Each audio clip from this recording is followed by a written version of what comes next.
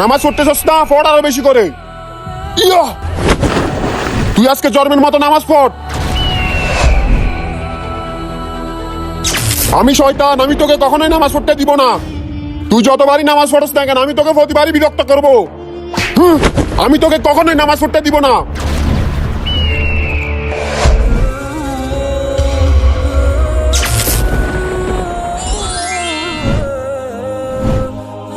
আরে আপনি কে?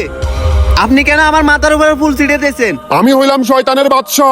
ও তাহলে তুই প্রতিদিন আমার নামাজে বিরক্ত করস, তাহলে আজকে কেন করলি না? আমি প্রথম যেদিন তোর নামাজে বিরক্ত করছি, তুই সেদিন নামাজ ছাড়স নাই, যার কারণে আল্লাহ তাআলা তোর জীবনের সকল গুনাহ মাফ করে দিছে। দ্বিতীয় দিন তোর নামাজে বিরক্ত করছি, তুই তারপরে নামাজ ছাড়স নাই, এই জন্য আল্লাহ তাআলা তোর পরিবারের সকলের গুনাহ মাফ করে দিছে। আজকে যদি আমি তোর নামাজে বিরক্ত করতাম, তাহলে আল্লাহ তাআলা তোর গ্রামের সকলের গুনাহ মাফ করে দিত, আর আল্লাহ তাআলা তোর উপর অনেক খুশি হইতো। এই জন্য আমি আজকে তোর শরীরে ফুল ছিটাইতেছি। শোন শয়তান, তুই যতই আমাকে নামাজে বিরক্ত করস না কেন, আমি তারপরে নামাজ পড়বো।